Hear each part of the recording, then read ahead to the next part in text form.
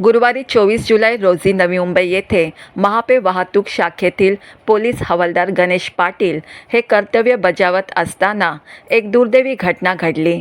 महापे उड्डाणपुलाखाली वाहतूक नियमन करत असताना त्यांना एक भरधाव क्रेनने चिरडले आणि त्यात त्यांचा जागीच मृत्यू झाला।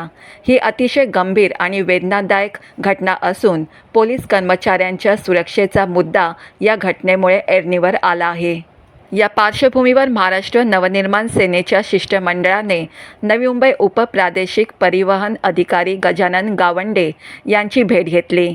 मनसे प्रवक्ते आणि नवी मुंबई शहर अध्यक्ष गजानन काळे तसेच मनसे वाहतूक सेनेचे सरचिटणीस नितीन खानविलकर यांच्या नेतृत्वाखाली हे शिष्टमंडळ नेरूळ पूर्व येथील RTO कार्यालयात पोहोचले आणि त्यांनी गणेश पाटील यांच्या मृत्यूसंदर्भात संताप व्यक्त केला।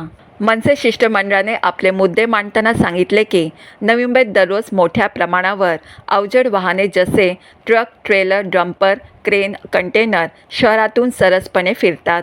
मात्र ही वाहने वाहतूक विभागाच्या कोणत्याही नियमांचे पालन करत नाहीत।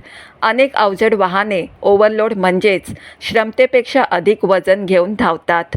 लेनची अयोग्य पद्धतीने अदलाबदल करणे, वेग मर्यादेचे उल्लंघन, चालकांकडून मदतनीस ना ठेवणे असे गंभीर प्रकार घडत आहेत। अनेक चालक हे कोणतेही प्रशिक्षण ना घेतलेले आणि चारित्र्य पडताळणीशिवाय गाड्या चालवतात। शालेय बस चालकांची सुद्धा हीच अवस्था असून विद्यार्थ्यांच्या सुरक्षेला मोठा धोका निर्माण झाला आहे। या पार्श्वभूमीवर मनसेने RTO अधिकाऱ्यांकडे मागण्या केल्या आहे की शहरभरात भरारी पथके नेमून अवजड वाहने, शालेय बस यांच्यावर कारवाई करण्यात यावी। वाहतूक नियम तोडणाऱ्या वाहन चालकांवर कठोर कारवाई करावी व चालकाचे प्रशिक्षण, चारित्र्य पडताळणी आणि मदतनीस असे बंधनकारक करण्यात यावे।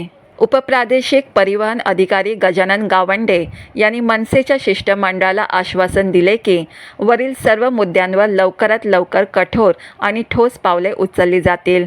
या शिष्टमंडळात मनसे प्रवक्ते व शहर अध्यक्ष गजानन काळे, मनसे वाहतूक सेना सरचिटणीस नितीन खानविलकर, उपाध्यक्ष विलास घोणे, शहर सचिव सचिन कदम, सहसचिव अभिजित देसाई, चित्रपट सेना उपाध्यक्ष श्रीकांत माने यांच्यासह मोठ्या संख्येने मनसेचे पदाधिकारी, वाहतूक सेना आणि महाराष्ट्र सैनिक उपस्थित होते।